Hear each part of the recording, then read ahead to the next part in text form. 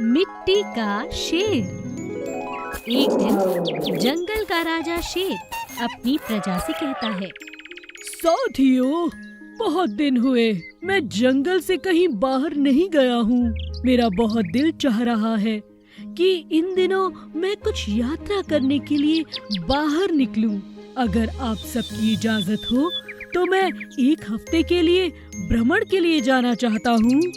शेर की बात सुनकर खरगोश ने कहा, हाँ हाँ, क्यों नहीं, आप जा सकते हैं राजा जी। हम जंगल का ख्याल रखेंगे। आपको भी सैर सपाटे का पूरा अनुभव होना चाहिए। तभी हाथी कहता है, क्यों नहीं, मैंने भी कई गांव और शहर घूमे हैं।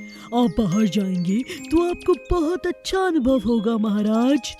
सबकी रजामंदी के बाद राजा शेर भ्रमण के लिए निकल जाता है, लेकिन जाने से पहले वो लोमड़ी से कहता है, लोमड़ी, तुम बहुत चालाक और समझदार हो। कोई ऐसा उपाय बताओ कि मेरे जाने के बाद यहाँ कोई दूसरा शेर आकर राजा न बन जाए। सोच कर बताती हूँ। लोमड़ी बहुत सोचती है और कहती है, महाराज, हमारे यहाँ पर वो जो बंदर है ना, वो बहुत अच्छी मिट्टी की मूर्तियाँ बनाता है। मैं उसे कहती हूँ कि वो जाकर एक बड़ा सा शेर का मूर्ति बनाए और उसमें अच्छे से रंग भर दे, बिल्कुल ऐसे ही जैसे आपके शरीर पर है। अगर कोई शेर इस जंगल में आएगा तो मूर्ति देखकर हो सकता है यही समझ ले कि आप अभी यहीं पर हैं। ये तो बहुत अच्छा उपाय बताया तुमने, लेकिन क्या मिट्टी का शेर बनाना इतना सरल है? अरे महाराज, आप बंदर को जानते तो हैं, वो बहुत अच्छी मूर्तियाँ बनाता है। ये थोड़ा मुश्किल है, लेकिन मुझे पूरा यकीन है वो कर लेगा। बहुत बहुत शुक्रिया लोमड़ी, तुम बाकियों जैसी नहीं हो, समझदार हो और अपने जंगल का ख्याल रखना जानती हो। तो ठीक है, बंदर से कहकर एक अच्छी सी मूर्ति बनवाओ। अब मैं भ्रमण के लिए उसके बाद ही जाऊंगा। जो आज्ञा महाराज। राजा अपनी इच्छा बंदर को बताता है। अरे अरे वाह, ये तो बहुत अच्छा अनुभव रहेगा मेरे लिए भी। मैं आज से ही काम में लग जाता हूँ। बंदर बड़े मन से एक बड़ी सी मिट्टी की मूर्ति बनाता है।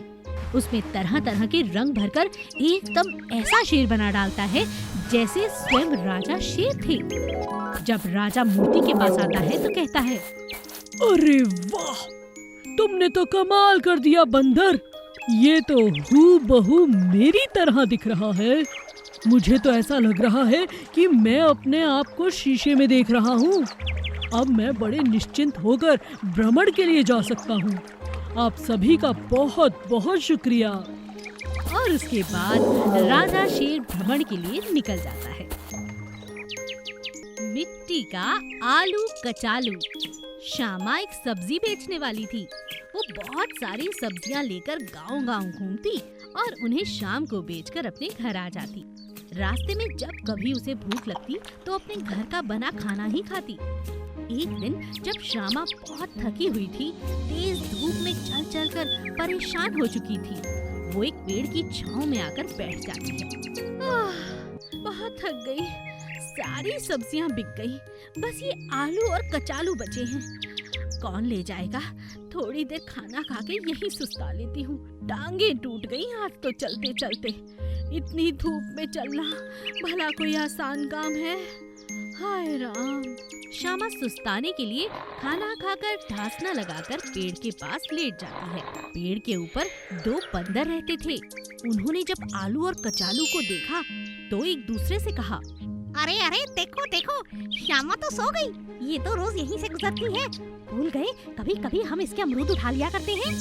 आज क्या करें, इसने तो आलू और कचालू ही छोड़े हैं। सारी सब्जियां ये गांव में बेच कर आई है।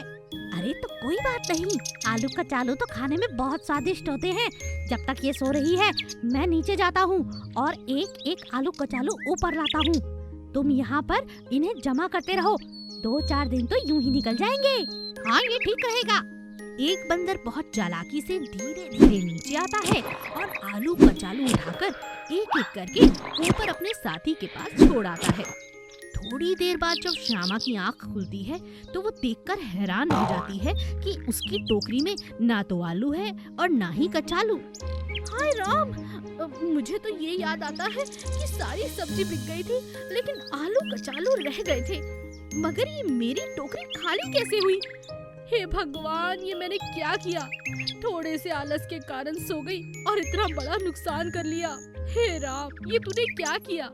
जैसे ही श्यामा भगवान को याद करती हुई ऊपर देखती है तो वो देखती है कि पेड़ के ऊपर दोनों बंदर मजे से कचालू खा रहे हैं। ओह, अब आई बात समझ में। श्यामा को उल्लू बनाते हो, मैं तुम्हें नहीं छोड़ूंगी। श्यामा एक पत्थर उठाकर बंदर पे फेंकती है और बंदर ऊपर से कहता है, अरे ओ श्यामा, ऐसा क्यों करती हो? तुम सो रही थी, हमें बहुत भूख लगी थी, हमने आलू कचालू खा लिए। अब तुम जाओ यहाँ से। क्या कहा? आलू कचालू खा लिए? तुम्हें तो मैं आज सबक सिखा कर रहूंगी। श्यामा 2-3 पत्थर और बंदरों पर मारती है और बंदर वहाँ से भाग जाते हैं। पेड़ पर चढ़कर बचे हुए आलू कचालू सारे के सारे श्यामा नीचे ले आती है। ओह, शुक्र है आधे ही खाए थे, आधे बच गए हैं, ये कल काम आएंगे। और किसी को पता चल गया कि ये बंदर मेरे आलू कचालू खा रहे थे तो ये आलू कचालू बिकेंगे ही नहीं। इनकी सफाई तो मुझे आज ही करनी होगी। अब इन्हें घर जाकर धो लेती हूँ। हे भगवान, तेरा लाख लाख शुक्र है, ज्यादा नुकसान नहीं हुआ। चलो कोई बात नहीं, किसी जीव का पेट ही भर गया ना। चलो अब घर चलती हूँ। श्यामा चुपचाप अपने आलू कचालू लेकर घर आ जाती है। मिट्टी की मछली। कामना एक बहुत ही भक्ति भाव वाली लड़की थी। वो हमेशा सन्यासियों को खाना खिलाती और भगवान की आराधना करती। एक दिन कामना पानी भरकर घर लौट रही थी कि उसने नदी के पास एक बहुत बड़े संत को पेड़ के नीचे तपस्या करते हुए देखा। लगता है बहुत बड़े ऋषि मुनि हैं। इन्हें यहाँ पहली बार देखा। जाकर इनके चरण स्पर्श कर लेती हूँ, इनका आशीर्वाद ले लेती हूँ। कामना बहुत श्रद्धा के साथ साधु के पास जाकर बैठ जाती है। साधना में बैठे साधु को एहसास होता है कि कोई उसके पास बैठा है। जब वो आंखें खोलते हैं तो कामना मुस्कुराती है। जय हो बाबा जी की, मुझे आशीर्वाद दे बाबा जी। साधु कुछ भी जवाब नहीं देते और हाथ उसके सर पर बड़े प्रेम से रख देते हैं। साधु बाबा, मुझे ऐसा क्यों लगता है कि आपने मौन व्रत धारण किया हुआ है? ऐसा कहने पर साधु अपनी गर्दन हिलाते हैं।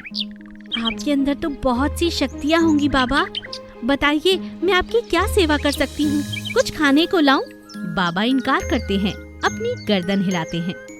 तो कुछ पीने के लिए ले आती हूँ, दूध, चाय, छाछ। बाबा फिर से इनकार करते हैं। अच्छा, कुछ भी नहीं? लाइए, आपके चरणों को धो देती हूँ। इस बात पर साधु मुस्कुराता है और अपने चरण नीचे रख देता है। कामना तुरंत अपने घड़े से थोड़ा सा पानी निकालती है और साधु के पैरों को साफ करना शुरू कर देती है। कामना ये सेवा करके बहुत खुश थी। साधु फिर से अपनी साधना में बैठ जाते हैं और कामना अपने घर के लिए निकल पड़ती है। अभी वो खड़ी हुई ही थी, कामना ने ध्यान से देखा कि साधु के जहाँ पर पैर धुलाए गए थे उस जगह पर उनके पैरों के नीचे एक मछली का निशान बन गया है। अरे, इतना नायाब निशान किसी के पैर के नीचे कैसे हो सकता है? ये तो किसी महान आत्मा की निशानी है। जैसे ही कामना और पास जाती है वो मिट्टी की मछली की तरह प्रतीत होता है। सच, मैंने तो आज तक कोई ऐसा इंसान नहीं देखा जिसके पैर के नीचे लकीरों के अलावा कोई और निशान हो। ये कोई मामूली बाबा नहीं, ये तो अंतर्यामी है। भगवान, तुमने मुझे इनके दर्शन करा दिए, मैं आपकी बहुत आभारी हूँ।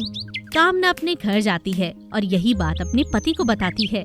अगले दिन दोनों पति पत्नी साधु बाबा के दर्शन करने के लिए वहाँ आते हैं, लेकिन वो देख के हैरान रह जाते हैं कि साधु बाबा वहाँ पर हैं ही नहीं।